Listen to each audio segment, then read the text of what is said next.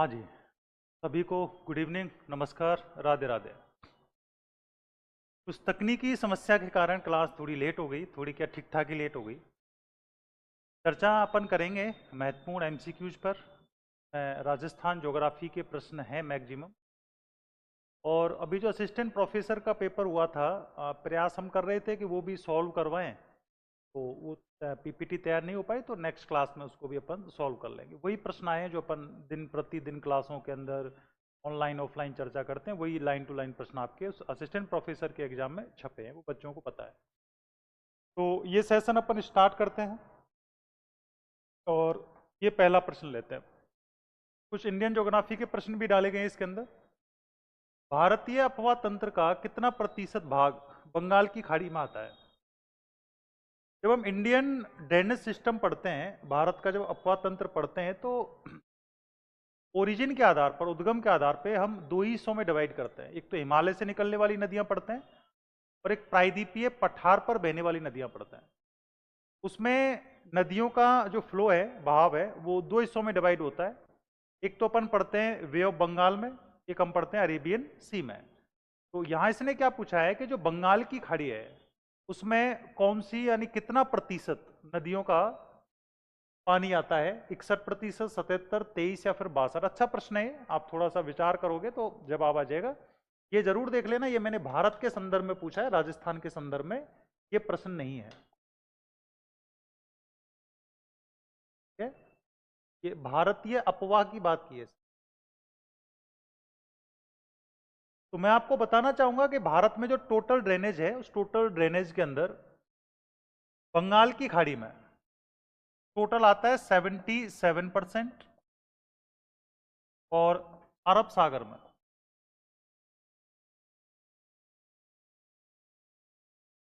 Total अब्बा का लगभग 23% ये आता है। उपस्थित विकल्प में जो आपका राइट आंसर जाएगा वो जाएगा साहब बी, 77% इसमें राइट आंसर होगा। अच्छे प्रश्न है, अच्छी जानकारी है, और मां शारदे के आशीर्वाद से जो पढ़ रहे हैं वही आपको एग्जाम्स में मिल रहा है। ऐसा भी नहीं कि बहुत लंबा आपको इंतजार करना पड़े, पूरे एग्जाम में ही चीज़ों को आप चेक करो। अभी जितने भी परीक्षाओं का आयोजन हो रहा है, विभिन्न परीक्षाओं का, वहाँ सीधे सीधे आपको प्रश्न मिल रहे हैं। ठीक है, तो फर्स्ट क्वेश्चन में आंसर आपका रहेगा बी। चलिए, अखिल भारतीय समन्वित मसाला अनुसंधान परियोजना के तहत वर्ष 2024-25 का सर्वश्रेष्ठ मसाला केंद्र किसे घोषित किया गया है? करंट के प्रश्न भी कुछ मैंने डाले हैं। ये जानकारी अगर आपको पता हो तो टेलीग्राम चैनल पर भी मैंने शेयर की है।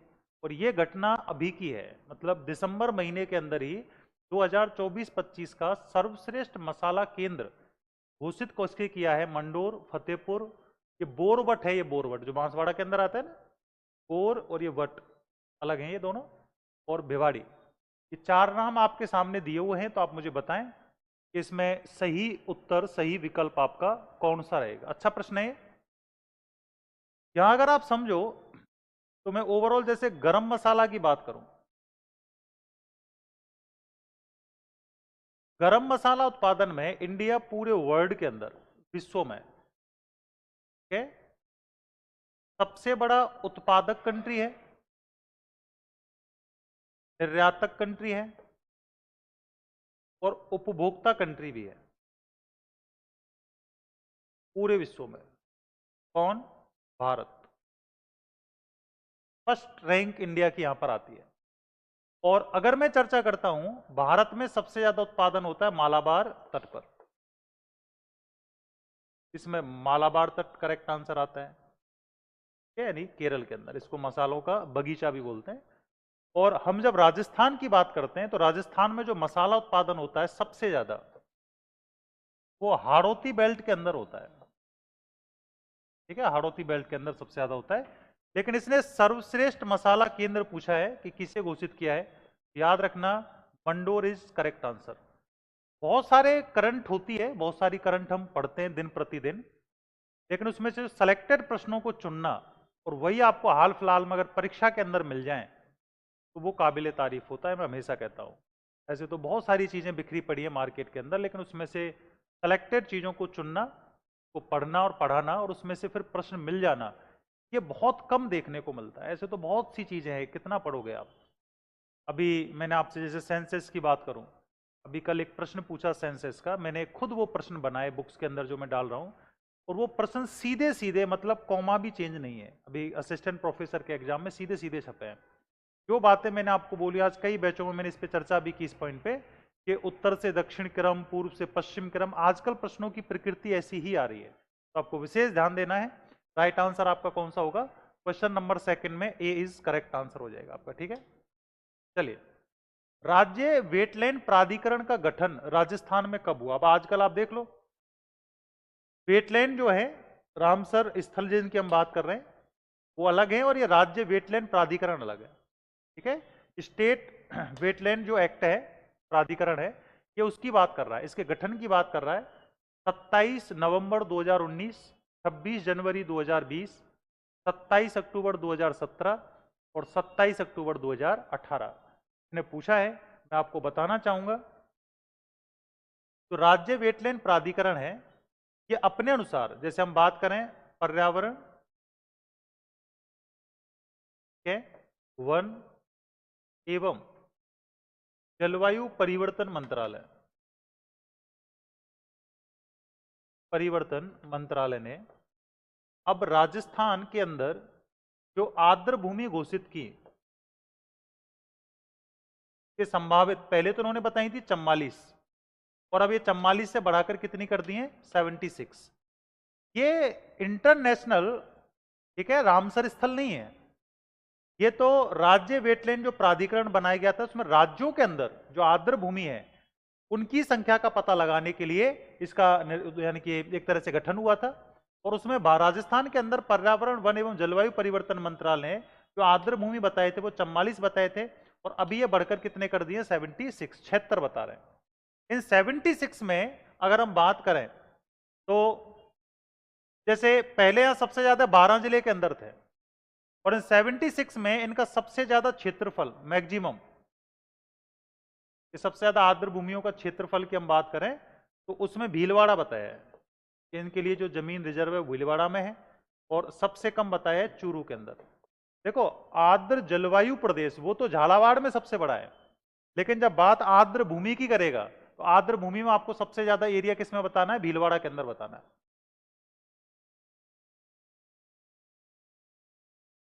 दोनों चीजों का अलग अलग अर्थ है यहां पर, अगर आपको समझ में आए तो। यहां जो प्रश्न आपसे पूछा जा रहा है वो आर्द्र भूमि का पूछा जा रहा है, वेटलैंड का पूछा जा रहा है, और जलवायु क्षेत्र में जब हम बात करते हैं तो सबसे आर्द्र जिला कौन सा है? झालावाड़ है।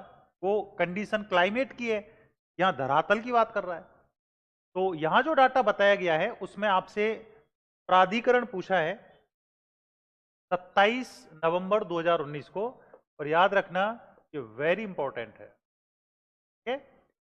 इससे पहले प्रयास अधिसूचना तो जारी की थी 2017 के अंदर, अधिसूचना तो कब आई थी? 2017 में, कि राज्य वेटलैंड प्राधिकरण का गठन करेंगे, तो 2017 के अंदर अधिसूचना जारी की थी, और इसका गठन कब कर दिया? 27 नवंबर 2019 को इसका गठन कर दिया गया था। इसलिए जो आपका राइट आंसर होगा वो कौन सा हो जाएगा? ए इज करेक्ट आंसर, ठीक है। चलिए, भारत का 96वां रामसर, ठीक है, रामसर स्थल कौन सा है? यहां अगर हम बात करें, रामसर स्थल की बात की है, और ये यहां पर थोड़ा टाइपिंग मिस्टेक हो गई, ये सिलीसेड है, सिलीसेड झील है, ठीक है। तो सिलीसेड झील, कोरा या कोपरा जलाशय, कोपरा जलाशय, खींचन गांव और मेनार गांव, यह आपसे पूछा गया है। और भारत का 96वां रामसर स्थल पूछा है, और अभी लास्ट जो राजस्थान के अंदर, इंडिया के अंदर बना है, वो लास्ट 96वां ही बना है, 96 ही तो है टोटल इंडिया के अंदर। भारत में टोटल रामसर कन्वेंशन की बात करें, जैसे फर्स्ट रामसर कन्वेंशन 2 फरवरी 1971 को हुआ था, 2 फरवरी 1971 को हुआ था, और ये ईरान के रामसर शहर में हुआ था, ईरान के रामसर शहर में हुआ था। और इसमें विश्व के जितने भी दलदली क्षेत्र हैं, या इनको हम कह सकते हैं आर्द्र भूमि, या हम इनको कह सकते हैं नम भूमि, यानी कि वेटलैंड, इनका पता लगाया गया था। 71 में इसको कोई खास सफलता नहीं मिली। इसको 1975 के अंदर महत्वपूर्ण सफलता मिलती है, मैक्सिमम कंट्रीज में हिस्सा बनते हैं, और भारत इसका हस्ताक्षरकर्ता देश बनता है 1982 के अंदर। के बाद विशेष तौर पर ध्यान रखनी है, जबकि भारत का जो फर्स्ट रामसर स्थल बना वो चिल्का 1981 में बना था, मतलब घोषित हुआ था चिल्का 81 के अंदर। और 81 में ही केवलादेव जो इंडिया का सेकंड होगा, राजस्थान का पहला होगा, इसको रामसर स्थल में शामिल किया था। अभी अगर मैं बात करता हूं सिलीसेड जो कि राजस्थान अलवर के अंदर है, ये भारत का 96वां कौन सा है, रामसर स्थल है। और ये जो कोपरा जलाशय है ये वाला उत्तराखंड के अंदर, ये आपका 95वां, ठीक है, क्या है, रामसर स्थल है। खींचन गांव और मेनार गांव ये राजस्थान में तीसरा और चौथा कन्वेंशन अभी घोषित हुए आपके 2025 के अंदर ही। तो 2025 में अगर हम बात करते हैं तो सिलीसेड झील जो कि भारत का 96वां है और राजस्थान का ये 5वां है, ठीक है, रामसर स्थल है। तो आपका जो राइट आंसर जाएगा वो कौन सा जाएगा, ए इज करेक्ट आंसर।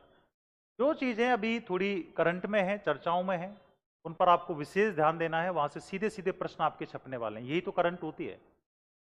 करंट में हमेशा कहता हूं दो प्रकार से आती है, एक प्रत्यक्ष होती है, एक अप्रत्यक्ष होती है। प्रत्यक्ष में से कौन सा पार्क सुमेलित नहीं है, ये राजस्थान के अंदर कुछ पार्कों के नाम दे रखे हैं और इसमें इतना ही पूछा है कि कौन सा पार्क सुमेलित नहीं है। इको टूरिज्म पार्क है, ठीक है, झालाना पर्यावरण park Sojat, cactus garden Mandore और बटरफ्लाई पार्क दे रखा है जयपुर।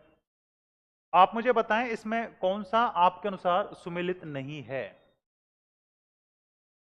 क्या आंसर होगा इसके अंदर? तो नॉर्मल है, पता ही होगा आपको। हाँ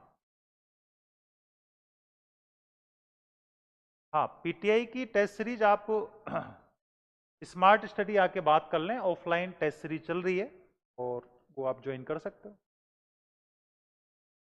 आज ही शायद टेस्ट पेपर हुआ है। हाँ, एक अरावली का बड़ा मुद्दा चल रहा है। अरावली के बारे में केंद्र सरकार ने यह कहा है कि अरावली की जो पहाड़ियां हैं जिनकी हाइट 100 मीटर से नीचे है वो अरावली नहीं है, वो एक मैदान है, उसका हम खनन कर सकते हैं। तो खनन माफियाओं के लिए एक तरह से आदेश है। और 100 मीटर को आप अरावली का हिस्सा मान रहे हो, 99 मीटर को आप अरावली का हिस्सा नहीं मान रहे हो। तो शायद डिसीजन लेने वाले ये भूल गए कि अरावली एक पर्वत, एक चट्टान, एक पर्वत, एक पहाड़ी एरिया नहीं है।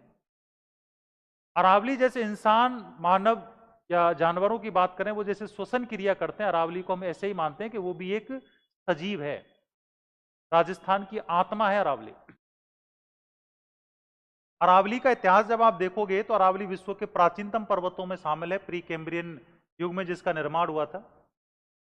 अरावली के कारण ही राजस्थान में मरुस्थलीकरण कंट्रोल है, राजस्थान की बायोडायवर्सिटी, राजस्थान के अंदर वन्यजीव अभ्यारण्य, राजस्थान के अंदर धात्विक खनिज, ये सारी प्रधानताएं अरावली की वजह से ही है। अरब सागर की शाखा को अरावली अगर रोक नहीं पाता है तो बंगाल की खाड़ी की शाखा को रोककर राजस्थान में वर्षा भी करवाता है।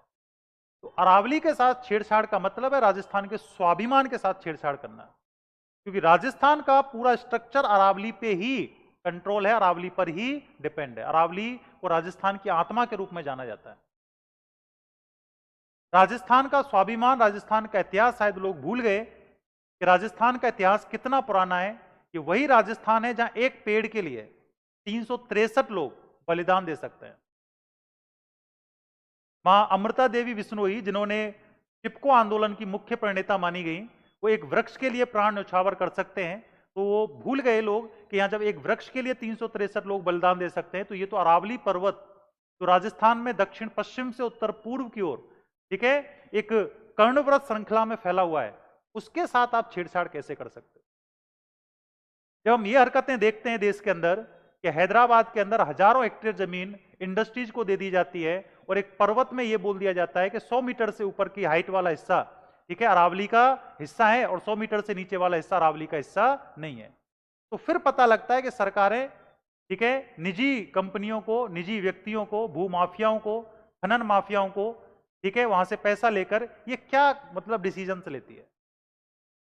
अरावली का अगर एक हिस्सा भी टूटता है तो ये राजस्थान है। बोलते हैं ना कि प्रधान ये राजस्थान है, तो राजस्थान के बारे में, राजस्थान का इतिहास शायद लोग भूल गए कि राजस्थान वीरों की भूमि रहा है। राजस्थान में एक पेड़ के लिए हजारों लोग बलिदान दे सकते हैं, तो राजस्थान में अरावली का खनन कैसे करने देंगे? अरावली के खनन के अर्थ का सीधे सीधे संपर्क यह है कि बरसात घट जाएगी, टेम्परेचर बढ़ जाएगा, वाटर लेवल डाउन हो जाएगा, डेजर्टिफिकेशन बढ़ जाएगा, डिफोरेस्टेशन हो जाएगा, और सबसे इंपॉर्टेंट जो बायोडाइवर्सिटी है, वन्य जीवन है, वो पूरी तरह से खतरे पर आ जाएगा। और जो मरुस्थलीकरण है राजस्थान में, अभी थार के न्यू डाटा अगर हम देखते हैं तो 67% भाग तक राजस्थान में मरुस्थल का विस्तार हो चुका है, और अरावली में खनन के अर्थ का यह है कि वो कुछ समय बाद में 100 भी हो जाएगा। इतना आसान नहीं है। कागजों में आप बोल रहे हो कि सुप्रीम कोर्ट का तो खुद का आदेश है कि 90% अरावली समाप्त हो जाएगी इस डिसीजन के बाद। आप कह रहे हो कि जो परिभाषा है पर्वतों की, उसमें अरावली की परिभाषा मैच नहीं हो रही है। तो ये मेरे हिसाब से आप सब जानते हो कि ये जो चीजें हैं ये बहुत गलत है। नेचर के साथ कभी भी छेड़छाड़ नहीं करनी है। ये वही घटना है कि जिस डाली पर आप बैठे हो उसी डाली को आप काट रहे हो, आपको क्षणिक लाभ के लिए। ठीक है, आप अरावली के साथ, अरावली के लिए ऐसे डिसीजन आप ले रहे हो, लेकिन वो भूल गए कि राजस्थान में लोग जागरूक हैं। राजस्थान के अंदर हर व्यक्ति समझदार है, वो जानता है कि डिसीजन किस लिए लिए जा रहे हैं, तो हो सकता है वो डिसीजन आपको वापस भी लेने पड़े। तो ये अरावली का मुद्दा भी चल रहा है और जागरूकता होनी चाहिए, नो डाउट। जैसे आपने हैदराबाद के अंदर देखा कि हजारों हेक्टेयर जमीन आपने वनों का एरिया ही समाप्त कर दिया और इंडस्ट्रीज स्थापित करने के लिए आपने ऐसे डिसीजन लिए, बहुत गलत है। एक तरफ तो आप पेड़ लगाने की बात करते हो, एक तरफ आप नेचुरल चीजों को संरक्षित करने की बात करते हो, और एक तरफ जब ऐसे आदेश आते हैं तो ये बहुत सोचने का विषय है कि आपको ये भी नहीं पता कि प्रकृति के क्षेत्र में प्राकृतिक चीजों का क्या रोल रहता है, मानव के लिए, इंसान के लिए क्या रोल रहता है। अभी आप दिल्ली जैसे हालात देख सकते हो कि दिल्ली के अंदर भी स्थिति क्या बन रही है। ये आप अभी रील्स में देख रहे हो उन चीजों को, इनको 2 मिनट आप फील भी करो कि दिल्ली के अंदर क्या हालात हैं अभी इस समय। मतलब आप बाहर नहीं निकल सकते, बताइए आप, और अब आप अंदर भी हो ना, तो कितने भी आप एयर प्योरीफायर लगा लो उसमें से, कैसे आप जीवित रहोगे? बुजुर्गों को सख्त आदेश दे दिए कि बाहर निकलना ही नहीं है। ठीक है, तो ये बहुत गहरी बातें हैं। मैं आज एक बैच में चर्चा भी कर रहा था, पीटीआई के बैच में, कि वर्ल्ड के कुछ कंट्री तो ऐसे हैं कि वहां क्लाइमेट चेंज जब होता है तो वहां इमरजेंसी लग जाती है। हमारे यहाँ के राजनेता, पॉलिटिशियन जानते ही नहीं इमरजेंसी का अर्थ रियल में क्या होता है। तो हमारे यहाँ की राजनीति इस मामले में बहुत पिछड़ी हुई है। यहां पर जागरूकता की बहुत आवश्यकता है। नेचुरल चीजों का विदोहन करने का मतलब है कि देश का आपको जो डेवलपमेंट है वो आप वैसे देख सकते हो डेवलपमेंट हो रहा है, लेकिन अगर आप मूल चीजों को देखोगे तो वो डेवलपमेंट नहीं हो रहा है, वो सीधा गर्त में जा रहा है, उल्टा मामला घट रहा है। इसलिए नेचुरल चीजों के साथ छेड़छाड़ नहीं करनी है। पर्वत, पठार, नदियां, पहाड़ियां, झीलें, वनस्पति, वन्य जीवन, अगर ये सेफ है तो आप सेफ हो, और अगर ये सेफ नहीं है तो याद रखना, जैसी करनी वैसी वरनी, आपको भुगतना भी पड़ेगा। कुछ टाइम पहले कोरोना से आप, ठीक है, जंग लड़ी है आपने, अब वो कोई भी रीजन रहे हो, तो ये जो महामारी का प्रकोप बढ़ता है ये बहुत सी चीजों से बढ़ता है। तो प्रकृति के साथ आपको छेड़छाड़ नहीं करनी है। तो ये मुद्दा अरावली का भी चल रहा है। यहां आपको पता होना चाहिए कि जो कैक्टस गार्डन है, ये कैक्टस गार्डन कुलधरा गांव के अंदर है, ये आपको पता होना चाहिए। इसलिए हम मंदरोड नहीं आएगा, कुलधरा आएगा। और कुलधरा गांव जिसको हम भूतहा गांव बोलते हैं, और ये कौन से जिले के अंदर है? ये जैसलमेर जिले के अंदर है। ठीक है, तो राइट आंसर आपका कौन सा होगा? सी इज करेक्ट आंसर। चलिए, जैव विविधता के लिए प्रसिद्ध सावेला जलाशय कहां स्थित है? सावेला जलाशय की लोकेशन पूछी गई है राजस्थान में, जो बायोडायवर्सिटी के लिए जाना जाता है। तो आप मुझे एक बार बताएं कि जो सावेला जलाशय है इसकी लोकेशन कहां राजस्थान में मिलेगी? डूंगरपुर, उदयपुर, पाली या फिर सिरोही जिला? फटाफट बताएं राइट आंसर इसका क्या होगा।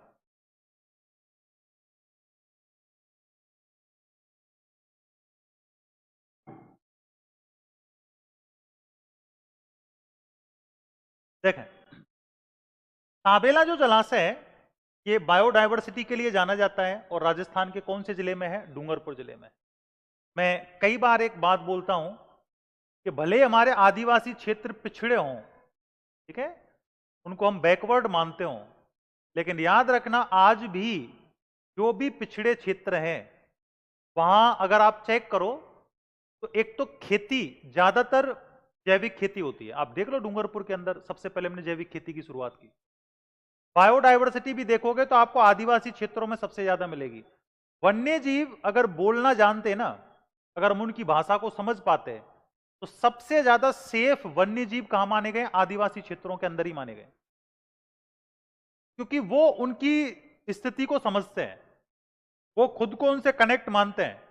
और जहां जहां पर ये पाश्चात्य संस्कृति का प्रभाव बढ़ा है, वहां वहां मामला गड़बड़ हुआ है। जितना आप आधुनिकता के रेस में इन कृत्रिम वस्तुओं का उपयोग करोगे, वहां वहां मामला गड़बड़ होगा। कृत्रिम तो हर चीज ही खराब होती है, चाहे वो आपका व्यवहार हो, चाहे वो कोई खाद्यान्न हो, चाहे वो ये जो आप ठंडी हवा लेते हो एसी से, ये हो, कोई भी चीज हो कृत्रिम, ये हमेशा आपके लिए हानिकारक होगी। जो नेचुरल है, ठीक है, अगर हम बात करें बायोलॉजिकल चीजों की, शुरू हो जाएंगी। जो बच्चे, बहुत सारे, कम से कम 500 बच्चों के मैसेज आए हैं कि सर हमें ओनली इकोनॉमिक्स और ज्योग्राफी पढ़नी है। तो जिस टाइम ऑफलाइन इकोनॉमिक्स के बैच शुरू होंगे, ऑनलाइन भी में हम सोच कर रहे हैं प्रयास कि आपको वो ऐप से दिलवा देंगे। 500 प्लस बच्चों के मैसेज आए, तो आपको ऑफलाइन भी मैसेज मिल जाएगा। आप स्मार्ट स्टडी के नंबरों पे कांटेक्ट कर लेना एक बार, कि जब भी स्टार्ट हो तो आपको इकोनॉमिक्स वहां से मिल जाएगी। और अभी आपने देखा होगा इकोनॉमिक्स के जितने प्रश्न आए हैं, सिंगल प्रश्न रजिस्टर से बाहर नहीं है। अभी कल का ही पेपर उठा लो, आप ज्यादा दूर क्यों जानते हो। इसलिए अपन लंबी लंबी नहीं फेंकते, अपन मूल बातों पे ही बात करते हैं। जो प्रश्न हाथों से बनाए गए, जो आज तक किसी एग्जाम में नहीं पूछे, कल वो पहली बार ऐसे प्रश्न पूछे गए और मैंने यूट्यूब चैनल पर भी सॉल्व करवाए। एक तो लिटरेसी रेट वाला ही प्रश्न आया था, आपको पता होना चाहिए, ठीक है। कुछ बच्चे कह रहे थे जब मैं सॉल्व करवा रहा था कि सर 7 वर्ष पे लिटरेसी रेट निकालते हैं, यही प्रश्न आएगा। ऐसे प्रश्न नहीं पूछेगा कि कब से ये सिस्टम लागू किया। मैंने प्रश्न डाला था कि 1981 से पूर्व लिटरेसी रेट जो निकाली जाती थी वो कितनी एज पर निकाली जाती थी? 5 वर्ष। 1981 के बाद उसको कितना किया था? 7 वर्ष। और यही प्रश्न कल असिस्टेंट प्रोफेसर के एग्जाम में सीधे सीधे पूछ लिया। तो अंदर से फील हो जाता है, अनुभव से फील हो जाता है कि भाई ये प्रश्न छपने वाले हैं, और वही प्रश्न सीधे सीधे छपे भी है, ठीक है। ऐसे ही थोड़ी होता है उसके अंदर। तो वो आप, ये नंबर्स हैं, जो भी आपको जानकारी चाहिए आप इन पे सीधे कांटेक्ट कर सकते हो। हाँ, आरपीएससी का बेटा कैसा भी इरादा रहा हो, अभी तक तो प्रश्न आपके रजिस्टरों से बाहर है नहीं, ठीक है। और डिटेल में पढ़ोगे तो कोई भी प्रश्न आपके रजिस्टर से बाहर नहीं जाएगा, ये कंफर्म है। हाँ,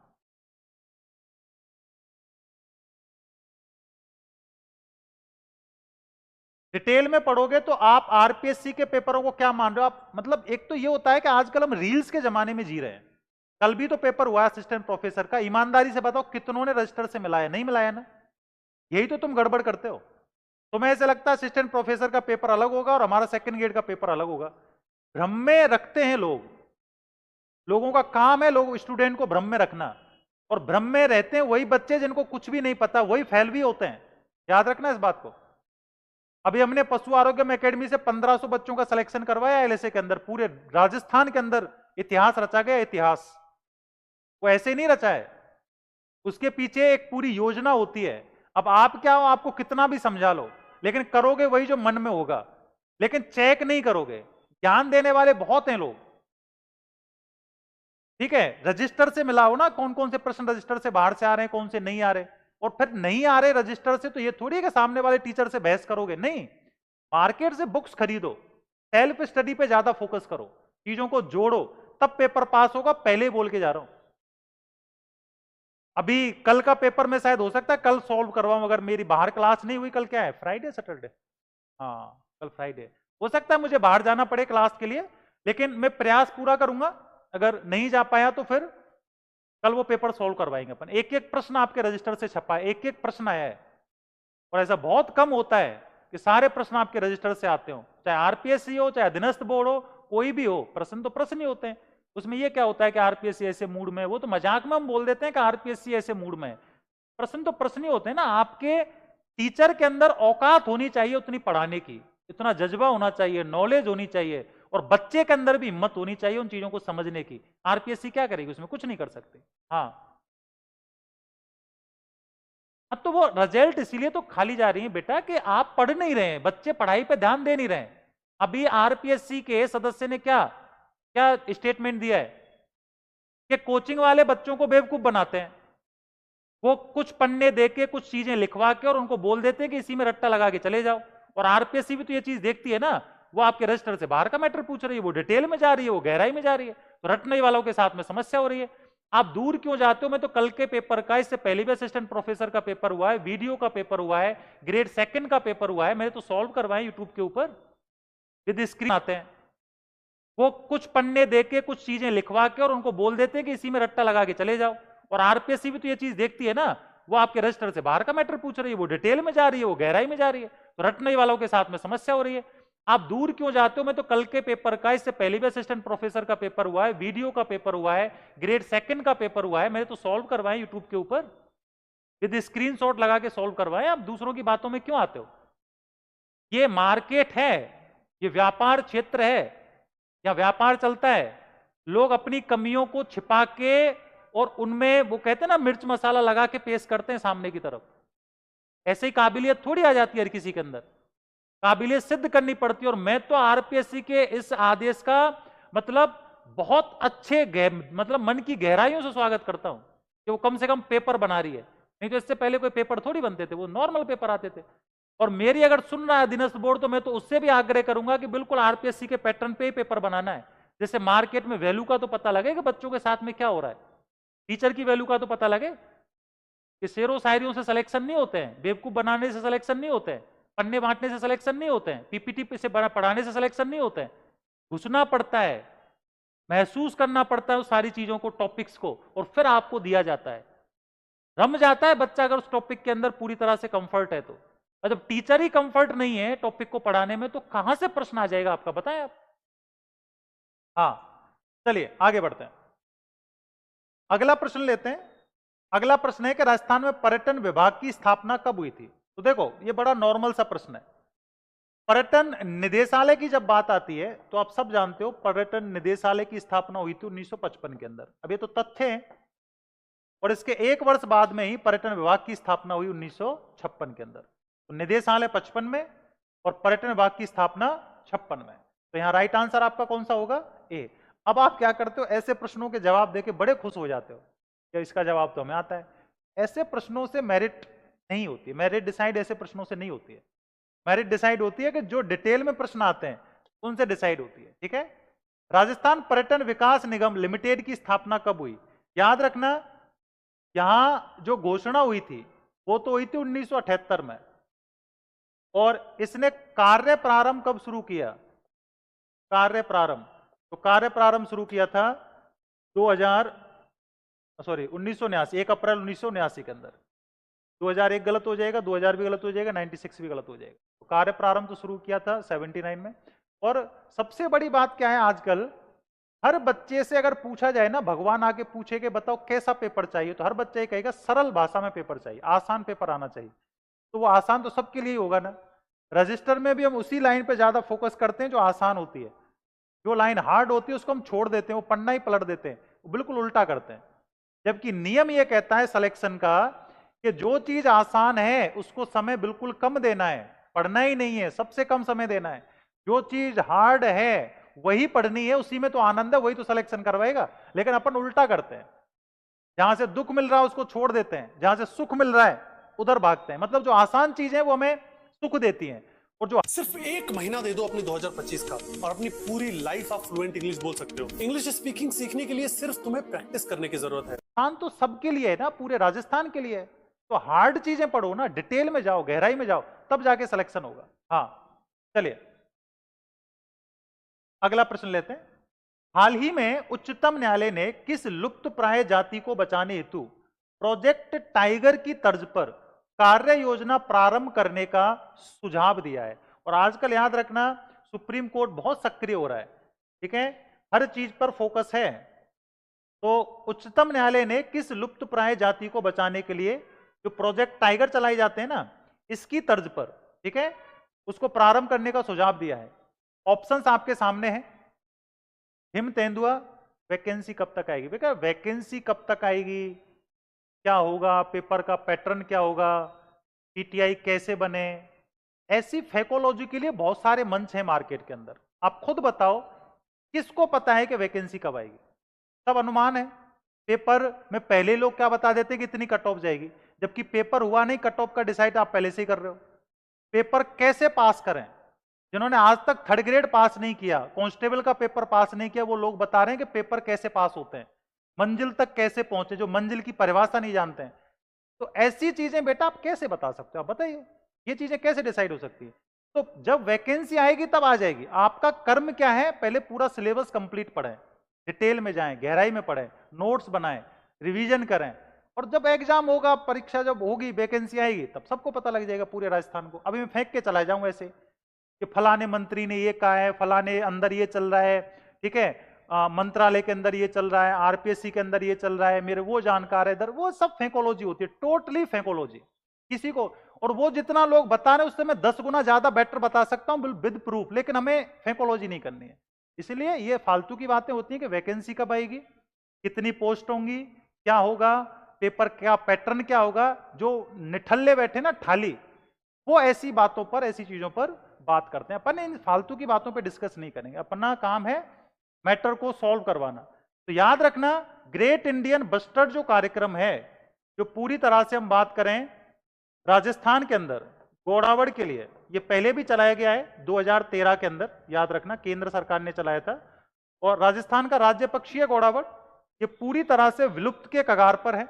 और अभी हम बात करें तो सुप्रीम कोर्ट ने आदेश दिया है कि प्रोजेक्ट टाइगर की तर्ज पर इसको बचाने के लिए, इसको संरक्षित करने के लिए कार्य योजना बनाई जाए और इसको तत्काल लागू किया जाए। उसमें आपका जवाब जाएगा ग्रेट इंडियन बस्टर्ड, यानी ये बात कर रहा है गोड़ावड़। गोड़ावड़ जिसको हम सोहन चिड़िया के नाम से जानते हैं,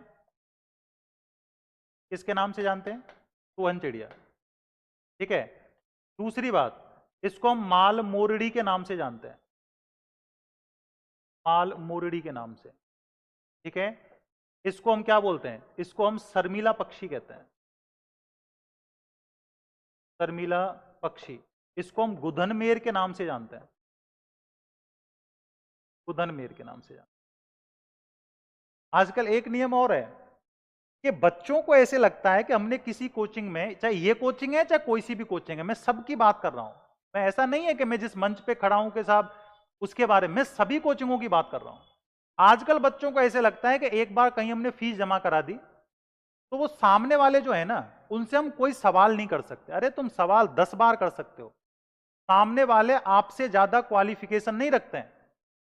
8वीं 10वीं फेल भी हो सकते हैं, 12वीं फेल भी हो सकते हैं, ऐसे वो नाम में कुछ भी लगाने से वो कोई 30 मार्क का नहीं बनते हैं। अब आपने कल पेपर लिया, जैसे असिस्टेंट प्रोफेसर का पेपर हुआ, ईमानदारी से बताओ कितनों ने रजिस्टर से मिलाया, नहीं मिलाया ना, समय ही नहीं है। एक जो कहते हैं ना कि पूरी तरह से समर्पित स्टूडेंट जो होगा अपनी लाइफ में अपने लक्ष्य के लिए, उसने मिलाया भी होगा और संबंधित टीचर से बात भी की होगी, और बात नहीं की होगी तो उसने सोच लिया होगा कि भाई रजिस्टर से तो नहीं होगा, मुझे और भी संसाधन मार्केट से जुटाने पड़ेंगे। तो वो सामने जो बड़ा बड़ा ज्ञान दे के जाते हैं ना, वो कम से कम ज्ञान तो नहीं देंगे, मेहनत पे ध्यान देंगे कि हाँ मेरे रजिस्टर से प्रश्न नहीं आते, इतना सारा पढ़ाने के बाद भी रजिस्टर में से कुछ नहीं आ रहा है, इसका मतलब मैं ज्ञान तो नहीं दे सकता। वो थोड़ा प्रयास करेगा और 2 किताबें एक्स्ट्रा पढ़ने का, कॉपी पेस्ट करने का, ठीक है, तो वो ज्ञान नहीं देगा। इसलिए रजिस्टर में जो लिखा हुआ है उसको मैच करो। इतना भी समय नहीं निकाल पा रहे हो तो जनक जननी ने तुम्हें जिस काम के लिए यहां भेजा है, क्यों उनके सपनों का मर्डर कर रहे हो? यहां पर समय हमारे पास खूब होता है, महिला मित्रों से हम घंटों घंटों बात करते हैं, पुरुष मित्रों से हम घंटों घंटों बात करते हैं, हमारे पास खूब समय है। लेकिन मूल बात क्या है कि तुम लक्ष्य को नहीं समझ पा रहे हो कि आपका लक्ष्य क्या है। फिर कहते हैं 40% नहीं आ रहे, 38% नहीं आ रहे, ठीक है, पोस्ट खाली जा रही है, ये बहानेबाजी होती है। मैं तो इसको बहानेबाजी मानता हूं। जिसमें काबिलियत होगी टीचर के अंदर, स्टूडेंट में काबिलियत होगी, वो डिटेल में पढ़ेगा और वो सामने वाले को बोलेगा स्पष्ट कि सर रजिस्टर में से प्रश्न नहीं आ रहे हैं, लंबी लंबी फेंकने से क्या होता है। अभी मैं आपको ये बोल के चला जाऊं कि मैंने आईएएस मेंस कर लिया 5 बार, लेकिन मैं इंटरव्यू में रह जाता हूं, ये बातों का बोलने का कोई औचित्य नहीं है क्लासों के अंदर। क्यों फेंकोलॉजी करते हो? शाम को इनकी जो हरकतें होती हैं, जो बच्चे हमें बताते हैं, वो अगर हम सुन लें तो शर्मिंदगी से हमारा सर झुक जाता है। ऐसे भी काम लोग करते हैं। तो मेरा तो यही कहना है कि जो पेपर्स हो रहे हैं उन पेपर्स को आप जरूर मिलाओ। सेम पेपर ही आपको आगे मिलने वाले हैं। 3rd ग्रेड का पेपर होगा, वो याद रखना असिस्टेंट प्रोफेसर से टफ आएगा। और अगर कोई ये कह रहा है नहीं आएगा तो उसको पढ़ाना ही नहीं आता, आप ये मान के चलाएं। तो एक बार मिलाएं, और 100% नहीं तो 95% रजिस्टर में से आना चाहिए। जब लोग मोटी मोटी फीस ले रहे हैं तो फीस किस लिए ले रहे हैं, समझ रहे हो ना? रजिस्टर में से आना चाहिए। मैं प्रत्येक मंच की बात कर रहा हूं, मैं इस मंच की भी बात कर रहा हूं, और मार्केट के अंदर जितने कोचिंग इंस्टीट्यूट है मैं सभी की बात कर रहा हूं। ऐसे थोड़ी मैं ये कर रहा हूं कि नहीं साहब इस वाले के रजिस्टर नहीं मिलाने, सबके मिलाने हैं। मैं भी इंक्लूड हूं उसके अंदर, सामने वाले भी इंक्लूड हैं, खुला बोलते हैं अपन तो। भ्रम में नहीं रखना है किसी बच्चे को, क्योंकि ये इनको भ्रम में रखने का मतलब है कि आपको याद रखना नरक में भी जगह नहीं मिलेगी। बच्चों को भ्रम में नहीं रखना है, बच्चों को स्पष्ट बोलो कि भाई सिलेक्शन नहीं होगा तो आप बाहर से कुछ पढ़ लेना, रजिस्टर के भरोसे मत रहना। और इन पेपर्स को आप चेक नहीं करते हो, सबसे बड़ी भूल आपकी ये है। आज मैंने ऑफलाइन क्लासेस के अंदर भी ये बात की थी कि भाई आप रजिस्टर क्यों चेक नहीं करते हो। सिलेक्शन ऐसे नहीं होते हैं, सिलेक्शन एक तप है, एक तपस्या है, साइकोलॉजी से सिलेक्शन नहीं होते हैं। तो कम से कम हमारा नहीं, अपना नहीं, उन घर वालों का चिंतन तो कर लिया करो जिन्होंने आपको यहां पर वो मोटी फीस देकर और इस जयपुर के अंदर पढ़ाई के लिए भेजा है। मैं ज्यादा बोलूंगा नहीं जनक जननी पर, मेरा काम ये नहीं कि आपको इमोशनल करना हो। होता है ना कई बार इमोशनल भाषण दे दे के और बच्चों से कुछ भी एग्री करवा लेते हैं, ऐसे नहीं है। लेकिन हमें पता होना चाहिए कि भाई जिन्होंने हमारे जिस काम के लिए भेजा है वो काम तो हमारे माइंड में हमेशा याद रहे, वो किन परिस्थितियों में पैसा आपको दे रहे हैं। भले उनके पास में अच्छा पैसा आ रहा हो, लेकिन है तो वो मेहनत का पैसा, उस पर विशेष ध्यान देना है। मैंने कल भी एक सेमिनार में, पशु आरोग्य अकेडमी के सेमिनार में यही बातें बच्चों को बोली थी। 400 प्लस बच्चे थे सेमिनार के अंदर, 1500 प्लस सिलेक्शन वहां से हुए। और स्मार्ट स्टडी में भी हम यही बातें बोलते हैं पीटीआई के बच्चों को स्पेशली, कि भाई आप पढ़ो, ट्रस्ट किसी पे नहीं करना है, मुझ पे भी नहीं करना है, सामने वाले पे नहीं करना है। अब पेपर अपन मिलाते नहीं है, 10-10 बार हमने ये बातें कर ली कि पेपर मिलाओ, रजिस्टर में से क्या आ रहा है और क्यों नहीं आ रहा है, तो सामने वाले से प्रश्न करो कि सर आपने आईएएस मेंस भले 20 बार कर लिया, हमें उससे कोई लेना देना नहीं है, इन रजिस्टरों में से तो प्रश्न आने चाहिए कम से कम। वो फेकोलॉजी मार्केट के अंदर मैं चाहता हूं कि समाप्त हो पूरी तरह से। हाँ हाँ, अब ये जो बच्चा बोल रहा है ना, ये कोचिंग वाला ही है, ठीक है, ये कोचिंग वाले ही बोल रहे हैं, क्योंकि जो बातें कड़वी होती है ना वो कोचिंग वालों को चुभती हैं। हाँ समझ रहे हो ना, तो ये बातें कोचिंग वालों को चुभती है। तो बेटा मेरे भाषण तो ऐसे ही चलते रहेंगे, क्लास लेनी है तो लो, तो आपको किसने वो पीले चावल थोड़ी भेजे हैं। हाँ, तो ये बातें कोचिंग वालों को चुभती हैं, क्योंकि उनको पता है कि काबिलियत है नहीं, और काबिलियत नहीं है तो फिर वो टाइम पास करते हैं। ये विशेष बात है, समझ पा रहे हो ना आप? हाँ, तो समझ में आ गया। इसलिए हर चीज का मूल्यांकन आपको करना है, कितना रजिस्टर में से आ रहा है, कितना रजिस्टर में से नहीं आ रहा है, यह हर दिन आपको चेक करना। और कितने सारे एग्जाम का आयोजन राजस्थान के अंदर होता है बताओ, हर 2-4-5 दिन में कोई ना कोई एग्जाम लग ही रहा है। फिर आप सोचते हो अब तो अपना ही एग्जाम देंगे, लास्ट वाला वही, ठीक है। हाँ, एक बच्चे का समय खराब हो रहा है, ये बच्चा आईएएस टॉप करेगा, यहाँ 5 मिनट खराब हो गई इसकी, और पता नहीं दिन में ये 22 घंटे पढ़ने वाला बच्चा होगा। ये मैनेजमेंट वाले आदमी दूसरी कोचिंग है, मेरा स्टूडेंट है तो तू मुझसे बोल सकता है कि ऐसे कि सर समय खराब हो रहा है। मेरा स्टूडेंट तो बेटा सीधे निशाने पे जाता है, सीधे पास होता है। मिलाया का पेपर आज का? हाँ, दिल से चाहता है। हाँ मैं समझ गया बेटा, तू कौन है कौन नहीं है वो मुझे मत बता, तू, मैं बहुत अच्छे से समझ गया। चलो टेंशन मत लिया कर, सर पे बाल नहीं रहे, आधे बाल चले गए सर के। देखो इसमें राजस्थान के वन, पर्यावरण तथा जलवायु परिवर्तन विभाग द्वारा हाल ही में जारी की गई एक अधिसूचना के अनुसार राज्य में कितने वेटलैंड बताए गए। अब देखो ये प्रश्न आरएस में आया था, तो उस समय क्या आंसर था और अभी अपडेट कितना हो गया वो भी मैं आपको बताऊंगा।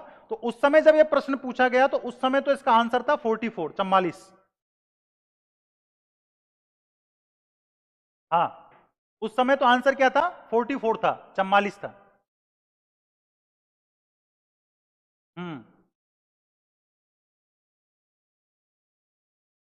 देखो अगर मैं बात करूं यहां पर, तो उस समय तो थे ये 44, लेकिन याद रखना वर्तमान में, अभी थोड़ी देर पहले तो व्याख्या की है मैंने इसकी, वर्तमान में ये बढ़कर हो गए 76 हो गए।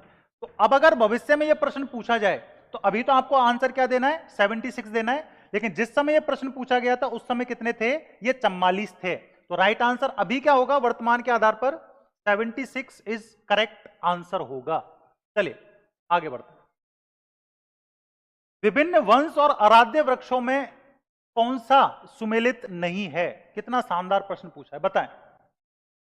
हाँ, इस बात पे चाय हो जाए। मैं तो ले रहा हूं चाय का आनंद, आप अपना देख लो, फील कर लो कि आप पी रहे हो। तो मैं तो हमेशा कहता हूँ चाय में वो पहले वाली बात नहीं रही, चाय में तो पहले बात हुआ करती थी। हाँ,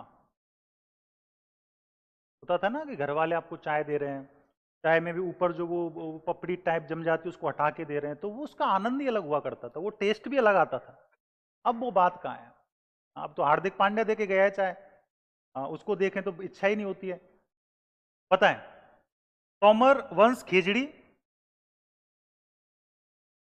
यादव वंश भगवान श्री कृष्ण से संबंधित प्रेम को समर्पित वंश माना जाता है यादव वंश। ओके, कदम, कछवाहा वंश, वटवृक्ष और राठौड़ पीपल। क्या आंसर होगा इसमें, बताएं।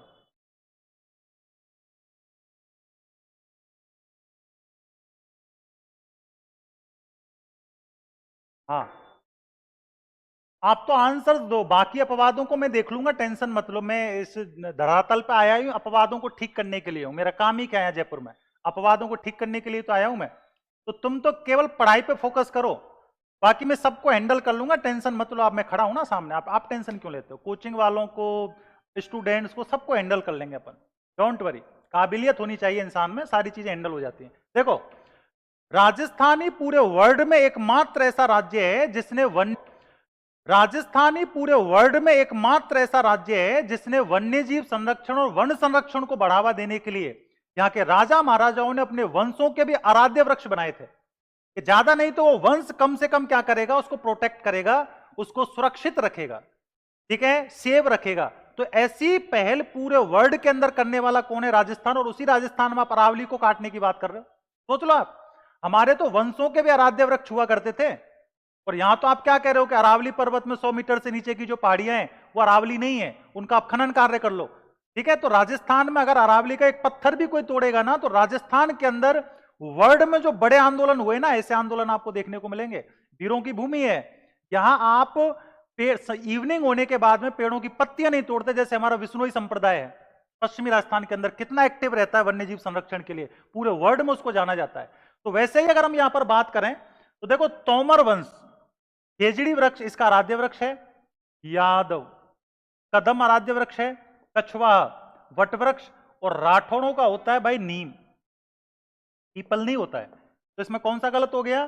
डी गलत हो गया, ठीक है। चलें आगे बढ़ते हैं, अगला प्रश्न लेते हैं। 2011 की जनगणना के आंकड़ों के अनुसार राजस्थान में अनुसूचित जातियों एवं अनुसूचित जनजातियों का सम्मिलित प्रतिशत क्या है? किसी जमाने में मैंने आपको जब सेंसस पढ़ाई थी, बहुत सारे बैचों में जैसे कंप्लीट हुई है, तो मैंने एक ही बात बोली होगी कि जब आपको पता है कि 2011 से लगातार सेंसस में से प्रश्न आ रहे हैं, हर पेपर में 2 प्रश्न तो कम से कम पूछ रहा है, इजी चीजों पे ध्यान मत दो, गहराई में उतरो, और गहराई में उतरो तो SC ST से भी कितने प्रश्न आए आप बताएं।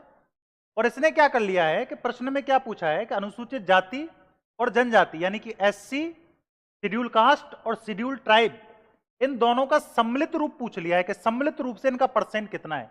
अब आपको पता है 17.8 और 13.5, अब सम्मिलित रूप से पूछ रहा है तो इनको जोड़ लो आप, ठीक है। 8 5 13 हो गया, 7 3 10 और 1 11 हो गया, 1 2 3, तो 31.3 हो रहा है। तो आपका राइट आंसर कौन सा हो जाएगा? ए इज करेक्ट आंसर। ये प्रश्न आया हुआ है, ठीक है, तो डी नहीं होगा बेटा, ए इसमें राइट आंसर आपका होगा। नमस्कार। चलिए अगला प्रश्न लेते हैं। देश का पहला हेरिटेज होटल, जब आप पर्यटन पढ़ोगे, टूरिज्म पढ़ोगे, तो देश का पहला पर्यटन होटल आप कौन सा पढ़ोगे? अजीत भवन जोधपुर, और सेकंड नंबर पे कौन सा हो जाएगा? उम्मेद भवन जोधपुर। इसमें समय खराब नहीं करूंगा मैं आपका। निम्न में से असंगत बताना है आपको। बांगड़ सर्किट, मेवात सर्किट, ये मारवाड़ है, ये क्या है? ये मारवाड़ है भाई, मारवाड़ सर्किट और ढूंढाड़ सर्किट, सामने उनकी लोकेशन लिखी हुई है जिलों की। तो आप मुझे ये बताएं कि इसमें कौन सा विकल्प ऐसा है जो सुमेलित नहीं है। बांगड़ सर्किट में डूंगरपुर बांसवाड़ आते हैं, नो डाउट, कहीं कोई समस्या नहीं होगी आपको। मेवात सर्किट में अलवर, सिरोही कहां से आ गया, ठीक है, ये गलत हो जाएगा। मारवाड़ सर्किट में आप देखें अजमेर, भीलवाड़ा, जालौर और जोधपुर, और इधर ढूंढाड़ सर्किट दे रखा है तो जयपुर, अजमेर, सामोद। देखो अलवर नहीं था यहां पर, ये टाइपिंग मिस्टेक है, यहां पर इसमें भरतपुर था, यहां पर क्या था, इसमें भरतपुर था, टाइपिंग मिस्टेक हो गई है, अलवर भरतपुर। मारवाड़ सर्किट में अजमेर, ठीक है, भीलवाड़ा, जालौर, जोधपुर, और ढूंढाड़ सर्किट में जयपुर, अजमेर, सामोद और रामगढ़। तो याद रखना ढूंढाड़ सर्किट में अजमेर वाला हिस्सा नहीं आता है, तो जो उपस्थित विकल्प है उसमें आपका राइट आंसर क्या जाएगा, ढूंढाड़ सर्किट। अब ये मत कहना कि सर मारवाड़ सर्किट को मेरवाड़ा बोले या मारवाड़ बोले, तो ये प्रश्न आया हुआ है। कई प्रश्न कंडीशंस वाले होते हैं और कंडीशंस वाले प्रश्नों में हमें ऑप्शंस के अकॉर्डिंग जवाब देने होते हैं। यहां पर अगर हम बात करते हैं मारवाड़ सर्किट में, तो आपको पता होना चाहिए कि जो अजमेर की स्थिति है हम चाहें तो उसमें शामिल नहीं भी कर सकते हैं, ठीक है, लेकिन जो ढूंढाड़ सर्किट दे रखा है, ढूंढाड़ सर्किट में जयपुर आता है और दौसा आता है, आमेर वाला एरिया आता है जयपुर के अंदर, और आपका आबानेरी दौसा वाला एरिया आता है, बाकी कोई भी क्षेत्र नहीं आता है, ना तो उसमें सामोद आता है ना उसमें रामगढ़ आता है। तो इसमें गलत कौन सा हो गया, डी। ढूंढ नदी का उद्गम पूछा है, जो अब काफी पिछले मानसून सीजन में चर्चाओं में भी रही थी। ढूंढ नदी जिसकी हम बात करें, जिसके नाम पर इस क्षेत्र का नाम ढूंढाड़ पड़ा, और ये ढूंढ नदी किस में जाकर मिलती है, तो आप सबको पता होना चाहिए मोरेल में जाकर मिलती है। और मोरेल किस में मिलती है, तो मोरेल मिलती है साहब बनास के अंदर। और बनास किस में मिलती है, तो बनास मिलती है चंबल के अंदर। और चंबल किस में मिलती है, तो चंबल जाएगी यमुना के अंदर, इटावा मुरादगंज। और यमुना किस में जाएगी, तो गंगा में जाएगी। और गंगा की दो शाखाएं हो जाएंगी, एक पद्मा और एक हो जाएगी हुगली, ठीक है। तो हुगली तो डायरेक्ट जाएगी बंगाल की खाड़ी में, और पद्मा जाएगी बांग्लादेश में, और किससे मिलेगी, ब्रह्मपुत्र से मिलेगी। और जैसे ही पद्मा और ब्रह्मपुत्र का संगम होगा, इसका नाम पड़ जाएगा मेघना। क्या नाम पड़ जाएगा, मेघना। और वो मेघना के नाम से वो पानी कहां पहुंचेगा, बंगाल की खाड़ी में पहुंचेगा। याद रखना यहां पर अगर हम बात करें What are you doing? I'm pressing my clothes. कपड़े प्रेस करने को इंग्लिश में आयरनिंग कहते हैं, प्रेसिंग नहीं। Oh, okay. अचरोल जयपुर से निकलती है। करेक्ट आंसर आपका होगा इसके अंदर बी। चलिए अगला प्रश्न लेते हैं। निम्न में से कौन सी नदी टोरडी सागर बांध को बढ़ती है। ये टोरडी सागर बांध टोंक जिले के अंदर आता है। एकमात्र ऐसा बांध है जिसके सभी गेट ओपन करने पर इसमें पानी की बूंद भी शेष नहीं रहती है। सभी गेट ओपन करने पर पानी की बूंद भी शेष नहीं रहती है। वो बांध है टोरडी सागर, और इस बांध को भरने का काम जो करती है, याद रखना ये सहोदरा नदी है। कौन सी नदी है, सहोदरा, ठीक है, छोटी सी टाइपिंग मिस्टेक है। सहोदरा नदी इसको भरने का काम करती है। तो राइट आंसर आपका कौन सा होगा, ये सहोदरा नदी है। कौन सी नदी है, सहोदरा, ठीक है, छोटी सी टाइपिंग मिस्टेक है। सहोदरा नदी इसको भरने का काम करती है। तो राइट आंसर आपका कौन सा होगा, सी इज करेक्ट आंसर। चलिए अगला प्रश्न लेते हैं। राजस्थान के कौन से कृषि जलवायु खंड में सोयाबीन की खेती की जाती है। आप याद करें जब हमने एग्रो क्लाइमेट जोन पढ़े थे, तो मैंने कल भी एक प्रश्न आया है असिस्टेंट प्रोफेसर में, उसमें फसलें पूछी हैं, उसमें औसत वर्षा दे रखी है, आया था ना, उसमें आंसर फर्स्ट भी था, उत्तरी पश्चिमी सिंचित प्रदेश। और जहां मैंने एग्रो क्लाइमेट जोन पढ़ाए थे, मैंने आपको यही कहा था कि फसलें आपको नहीं भी याद हो ना, तब भी मैंने आपको यही कहा था कि फसलें आपको नहीं भी याद हो ना, तब भी आपके प्रश्न का आंसर आ जाएगा। सेम बात बोली थी, और उसके बाद में तकरीबन 4 एग्जाम में वो प्रश्न आ चुके हैं ऐसे। अब यहां देखें, सोयाबीन मैंने आपको एक ही कृषि जलवायु प्रदेश में लिखवाया था, और वो कृषि जलवायु प्रदेश कौन सा था, वो था साहब 5। आ रहा है कुछ याद, दक्षिणी पूर्वी आर्द्र कृषि जलवायु प्रदेश। तो दक्षिणी पूर्वी आर्द्र कृषि जलवायु प्रदेश इसने दे रखा है साहब। अर्ध दक्षिणी पूर्वी मैदानी खंड, ठीक है, शुष्क होगा ही नहीं, उप अर्ध दक्षिणी खंड ये भी नहीं होगा, बाढ़ग्रस्त ये भी नहीं होगा। तो अब आपको उपस्थित विकल्प में आंसर ये देना पड़ेगा, ठीक है। तो करेक्ट आंसर होगा ए, और उसका नंबर कौन सा हो जाएगा, 5। इसमें पूरा कोटा संभाग, कोटा, बूंदी, बारां, झालावाड़ और सोयाबीन यहाँ की फसल हो जाएगी। चलिए, भैंसोलाव व डूंगोलाव नामक तालाब किस अभ्यारण्य में स्थित हैं। रणथंभौर, रामगढ़ विषधारी, तालछापर और नेशनल मरु अभ्यारण्य यानी नेशनल डेजर्ट पार्क की बात कर रहा है। तो आप मुझे बताएं, भैंसोलाव और डूंगोलाव नामक तालाब किस अभ्यारण्य में स्थित है। फटाफट से आंसर देना है। प्रश्न संख्या 18 में,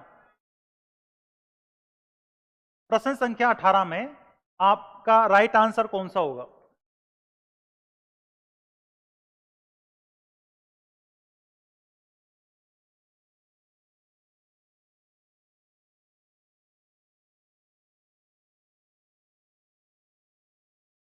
आ रहा है आनंद पढ़ाई में?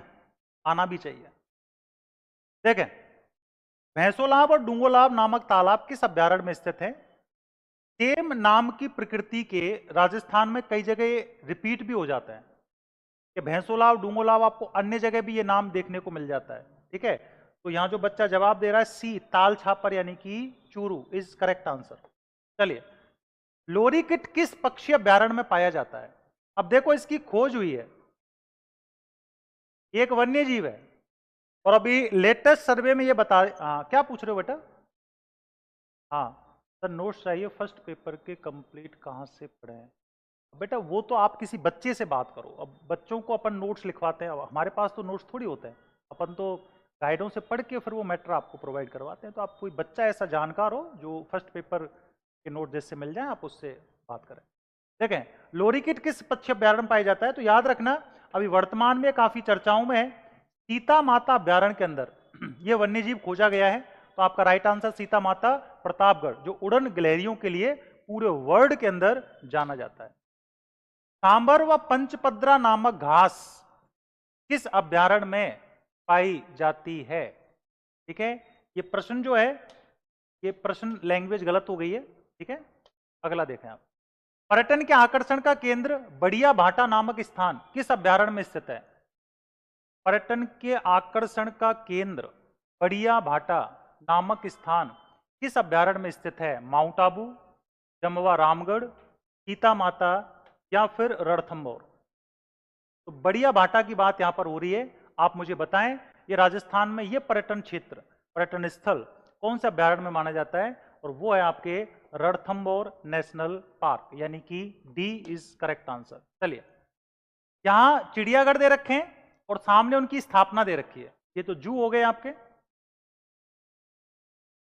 जंतुआलय, और सामने दे रखी है स्थापना। फिर कह रहा है कि साहब इनको सुमेलित करके फिर आपको जवाब देना है। तो बताएं इसमें राइट आंसर क्या होगा आपका? जैसे जयपुर चिड़ियाघर राजस्थान का पहला है, प्राचीन भी है, क्षेत्रफल में बड़ा भी है, और ये 1876 के अंदर स्थापित हुआ था। उदयपुर जंतुआलय 1878, सेकंड नंबर का जंतुआलय रहेगा ये।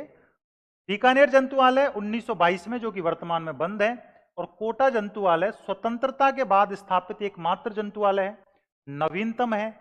और राजस्थान में पूर्ण एकीकरण के बाद तो कोई जंतुआलय स्थापित हुआ ही नहीं है, क्योंकि एकीकरण हो रहा है आपका 1956 के अंदर, और लास्ट कब बनाए? 54 के अंदर बनाए। तो ए में 1 देख लो, ठीक है, ये वाला ऑप्शन तो गलत हो गया। बी में देख लो आप 4, बी में 4, ठीक है, तो ये वाला भी गलत हो गया।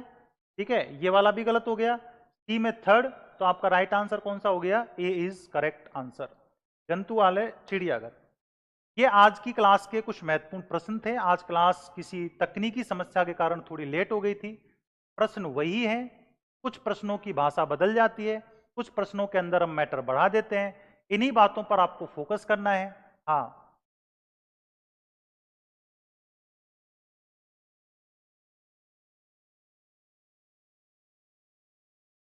तो ये बात समझ में आ गई आपको कि जो मूल बात आपको बताई गई है कि प्रश्नों की प्रकृति को समझते रहें, और भविष्य में जो आप एग्जाम देने वाले उससे पहले जितने भी परीक्षाओं का आयोजन हो रहा है, आप एक बार उन चीजों को जरूर चेक करते हैं, क्योंकि ये चीज जब तक आप चेक नहीं करोगे तब तक आप उस सिलेक्शन की रेस से हो सकता है काफी दूरी पर रहो। ठीक है, तो मिलते हैं अगली क्लास में ऐसे कुछ महत्वपूर्ण प्रश्नों के साथ में। तब तक के लिए थैंक यू, गुड नाइट।